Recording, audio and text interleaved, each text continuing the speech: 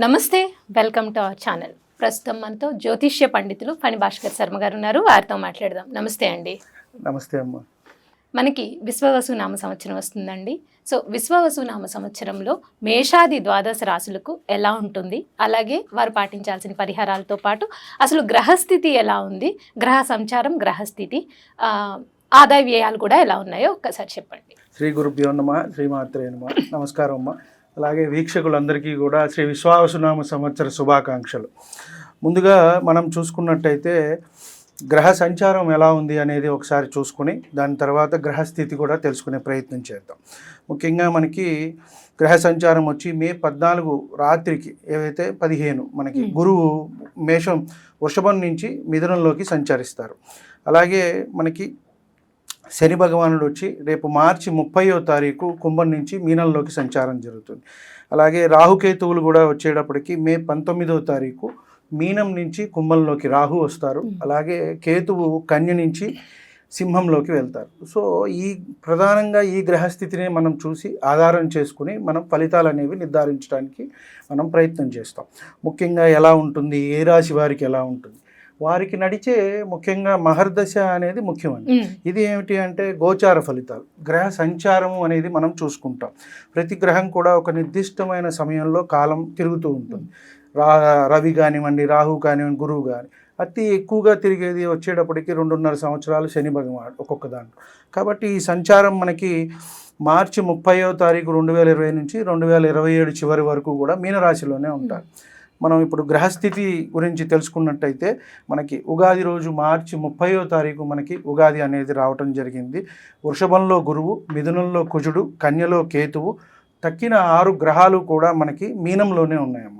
ఇవి వచ్చేటప్పటికి దీన్ని షష్టగ్రహ కూటమి అని కూడా మనం చెప్పుకుంటున్నాము. ఇది ఉగాది రోజే రావటం కూడా జరుగుతుంది. ఉగాది, షష్టగ్రహ కూటమి, అలాగే శని భగవానుడు కూడా మారుతున్నాడు. కాబట్టి మేజర్ ప్లానెట్స్ అన్నీ కూడా ఇప్పుడు మనకి ఈ చేంజెస్ అనేవి వస్తున్నాయి. కాబట్టి మీనంలో మనం ముందుగా చూసుకున్నట్టయితే రాహువు, రవి, చంద్రుడు, శుక్రుడు, బుధుడు, శని, ఈ 6 గ్రహాలు మనకి మీనంలోనే ఉంటాయి. కాబట్టి మనకి దీనివల్ల ఏదైనా ప్రభావం చూపిస్తుందా దేశ కాలమాన పరిస్థితుల మీద అనుకుంటే వాటి మీద కొంత ప్రభావం అనేది చూపిస్తుంది. వ్యక్తిగతంగా కొంత తక్కువనే మనం చెప్పవచ్చు. షష్టగ్రహ కూటమి కానివ్వండి, ఎందుకంటే ఒక 6 గ్రహాలు ఒక రాశిలో కలిసినప్పుడు కొంత ఇబ్బందిగానే ఉంటుంది ఎవరికైనా సరే. కాబట్టి ఆ ఫలితం అనేది కొంచెం అటు ఇటుగా అనేది మనకి ఉంటూ ఉంటుంది. గురువుని తీసుకున్నట్టయితే మనకి మే 14 నుంచి వృషభం నుంచి మిథునంలోకి వెళ్తారు. మళ్ళీ అక్టోబర్లో కొంత అతిచారం వల్ల కర్కాటకానికి వెళ్ళి మళ్ళీ వక్రించి మిథునానికి వచ్చేస్తారు. ఇది సంచారం. అలాగే శని సంచారం చూసుకుంటే మనకి మీనరాశిలో సంచారం జరుగుతుంది. జూలైలో కొంత వక్రించి అక్కడే ఉంటారు మీనంలోనే, మళ్ళీ మనకి అక్టోబర్లో వక్రం అయిపోతుంది. అలాగే రాహుకేతువులు మే 19 నుంచి కూడా సంచారం అనేది కుంభంలోను రాహువు, అలాగే సింహంలో కేతువు అనేది సంచారం జరుగుతుంది. ముఖ్యంగా ఈ గ్రహస్థితి అలాగే గ్రహ సంచారాన్ని బట్టే మనము వచ్చే ద్వాదశ రాశులకి కూడా మన ఫలితం అనేది చెప్పడానికి అవకాశం ఉంది. సార్, విశ్వవసు నామ సంవత్సరంలో మేషరాశి వారికి ఎలా ఉంది, అలాగే వారి ఆదాయ వ్యయాల గురించి చెప్పండి. నమస్కారం అమ్మ. అందరికీ కూడా శ్రీ విశ్వావసునామ సంవత్సర శుభాకాంక్షలు. ముందుగా మనం మేషరాశి వారి గురించి తెలుసుకునే ప్రయత్నం చేద్దాం. వీరికి ఆదాయం 2, వ్యయం 14, రాజపూజ్యం 5, అవమానం 7. వీరికి ఇంత జాగ్రత్తగా ఉండవలసిన పరిస్థితి అయితే మొదలవుతోంది. ముఖ్యంగా మనం తీసుకున్నట్టయితే ఏలినాటి శని అనేది ప్రారంభమవుతోంది. కాబట్టి దీని గురించి కొంత అన్నింటా కూడా జాగ్రత్త వహించవలసిన అవసరం అయితే ఉంది. కాకపోతే చింతించవలసిన అవసరం అయితే లేదు. ఎంత కష్టపడితే అంత వీరికి బాగుంటుంది. కొంత ఆదాయ వ్యయాల మీద ప్రభావం అనేది చూపిస్తూ ఉంటుంది. శని దృష్టితో మనకి వృషభం మీద చూస్తారు కాబట్టి కొంత అన్నీ కూడా ఇబ్బందులు, సమయం అనేది పడుతుంది. నెమ్మదిగా అయితే మనకు అన్నీ అవుతాయి. కొంత ఆలస్యంగా పనులు అవుతాయి. ఎంత కష్టపడితే వీరికి అంత అభివృద్ధి అనేది ఉంది. విద్యార్థులు, ఉద్యోగస్తులు, వ్యాపారస్తులు అందరికీ కూడా మంచి జరుగుతుంది. కొంత ఆధ్యాత్మిక కార్యక్రమాల్లో పాల్గొంటారు. భక్తి అనేది కొంత పెరుగుతుంది వీరికి. వృత్తి ఉద్యోగాల్లో అయితే అభివృద్ధి అనేది సూచితంగా జరుగుతోంది. స్థిరాస్తి వృద్ధి జరుగుతుంది. వాహన లాభము, ముఖ్యంగా మనం ఇక్కడ వీళ్ళు జాగ్రత్త వహించాల్సింది శని ద్వాదశంలో వీరికి ఏలినాటి శనితో మొదలవుతోంది కాబట్టి శని సంచారంలో ఆచితూచి నిర్ణయాలు అనేవి తీసుకోవాలి. అంటే మనం కొత్త పెట్టుబడులు ఏమన్నా పెడుతున్నాం అనుకోండి, ఈ విషయాలు కానీ లేదా ఇల్లు కొంటున్నాం, 1-2 సార్లు మనకి లోన్లు అవి అన్నీ అడ్జస్ట్ అవుతాయా లేదా, పిల్లలు చదువులు ఇవన్నీ, కాబట్టి 1-2 సార్లు ఆలోచించుకుని ముందుకు వెళ్ళాలి. కాబట్టి ధన విషయాల్లో కొంత ఇబ్బంది వస్తుంది. అన్ని విషయాల్లో కూడా క్రమశిక్షణ అనేది అవసరం. ఆరోగ్య సమస్యలు తలెత్తే అవకాశం ఉంది. అలాగే ఇక్కడ పిల్లల్లో విదేశీ అవకాశం అనేది వచ్చే అవకాశం ఉంది. కొంతమంది పిల్లలు అంటే ఇంట్లో వాళ్ళు ఫారిన్ వెళ్ళే అవకాశం అయితే కనబడుతోంది. వీరికి కొంత గురుబలం అనేది మనకి మే నుంచి కొంత తగ్గుతుంది. ఇప్పుడు ఉగాది మనకి మార్చిలో వస్తుంది, ఒక 45 రోజులు అయితే బాగుంటుంది.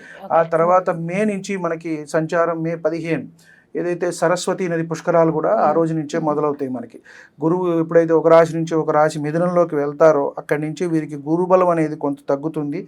ప్రతి పని కొంత వాయిదా వేయటం అనేది జరుగుతూ ఉంటుంది. చేద్దాంలే చూద్దాంలే అంటే ఏంటంటే శని ఆ ప్రభావం అనేది మొదలైనప్పుడు మనకి కొంత ఆ జాప్యము ఇవన్నీ అంటే బద్ధకం అనేది ఒక ఇంత మనకి మనిషికి ఆవహిస్తుంది. అది మనకి మళ్ళీ ద్వితీయ స్థానం మీద చూస్తుంది, ధనము కుటుంబము ఇవన్నీ. కాబట్టి మాట్లాడేటప్పుడు జాగ్రత్తగా మాట్లాడటము, ధనాలు కూడా మనం చూసి ఆచితూచి ఖర్చు పెట్టుకోవడం, ఎక్కడ ఇన్వెస్ట్ చేయాలి, ఉదాహరణకి ఏమన్నా షేర్స్లో ఇన్వెస్ట్ చేసినట్టయితే కొంత వీరికి ఇబ్బందిగా ఉంటుంది.